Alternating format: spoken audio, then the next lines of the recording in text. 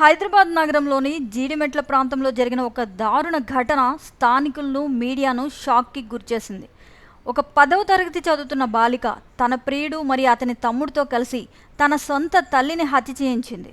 మానవ సంబంధాలను ప్రశ్నార్థకంగా చేసే ఈ ఘటన జీడిమెట్లలోని ఎన్ఎల్బి నగర్లో చోటు చేసుకుంది. ఈ హత్య వెనుక ఉన్న కారణాలు, దాని నేపథ్యం సమాజంలో తీవ్ర చర్చనీయాంశంగా మారాయి. ఘటన వివరాల్లోకి వెళ్తే, మృతురాలు సుమతి తెలంగాణ సాంస్కృతిక సారథిలో ఫోక్ సింగర్గా పనిచేస్తూ తన 2 కూతురుతో కలిసి జీడిమెట్లలోని ఎన్ఎల్బి నగర్లో నివసిస్తోంది. సుమతి తెలంగాణ సాయుధ పోరాట యోధురాలు చాకలి ఐలమ్మ ముని మనవరాలు కావడం ఈ ఘటనకు మరింత దిగ్భ్రాంతిని తీసుకొచ్చింది. ఆమె కళా బృందంలో సభ్యులు ఈ ఘటనతో తీవ్ర ఆఘాతానికి గురవుతున్నారు.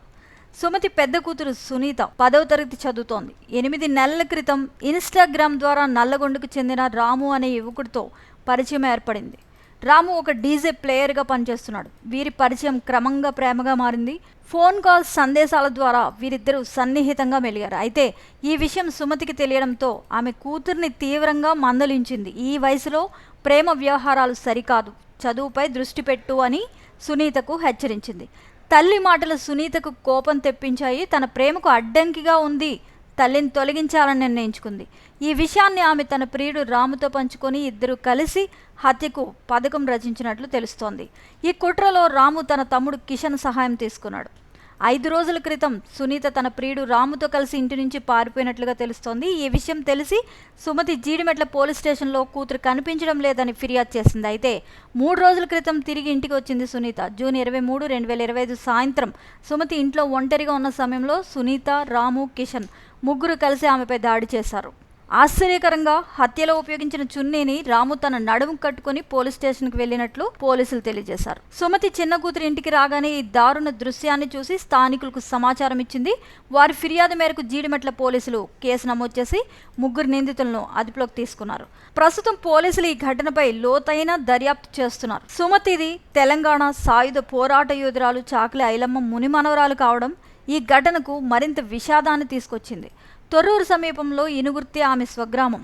ఒక కళాకారిణి, సామాజిక బాధ్యత గల మహిళను ఆమె సొంత కూతురే ఇలా చంపడం నమ్మశక్యంగా లేదని ఇతర సహచర కళాకారులు ఆవేదన వ్యక్తం చేస్తున్నారు. ఈ ఘటన సమాజంలో అనేక ప్రశ్నలు లేవనెత్తుతోంది. టీనేజ్ పిల్లల మనస్తత్వం, సోషల్ మీడియా ప్రభావం, తల్లిదండ్రులతో సంబంధాలు, ప్రేమ వ్యవహారాలు వంటి అంశాలపై తీవ్ర చర్చ జరుగుతోంది. సోషల్ మీడియా ద్వారా ఏర్పడే సంబంధాలు యువతను తప్పుదారి పట్టిస్తున్నాయి. తల్లిదండ్రులు, పిల్లల మధ్య సరైన సంభాషణ లేకపోవడం ఇటువంటి ఘటనలకు కారణం కావచ్చు అని ఒక సామాజిక విశ్లేషకుడు అభిప్రాయపడుతున్నారు.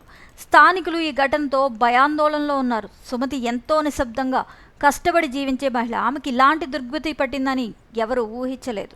జీడిమెట్ల పోలీసులు ఈ కేసులో లోతైన దర్యాప్తు చేస్తున్నారు. నిందితులు సునీత, రాము, కిషన్లని అదుపులోకి తీసుకొని విచారణ జరిపిస్తున్నారు. ఈ ఘటన హైదరాబాద్ నగరంలో కలకలం రేపడమే కాకుండా సమాజంలో యువత మనస్తత్వం, కుటుంబ వ్యవస్థ, సోషల్ మీడియా ప్రభావం వంటి అంశాలపై లోతైన చర్చకు దారితీస్తోంది. ఇటువంటి ఘటనలు మళ్లీ జరగకుండా నివారణ చర్యలు తీసుకోవాల్సిన అవసరం ఉందని నిపుణులు సూచిస్తున్నారు.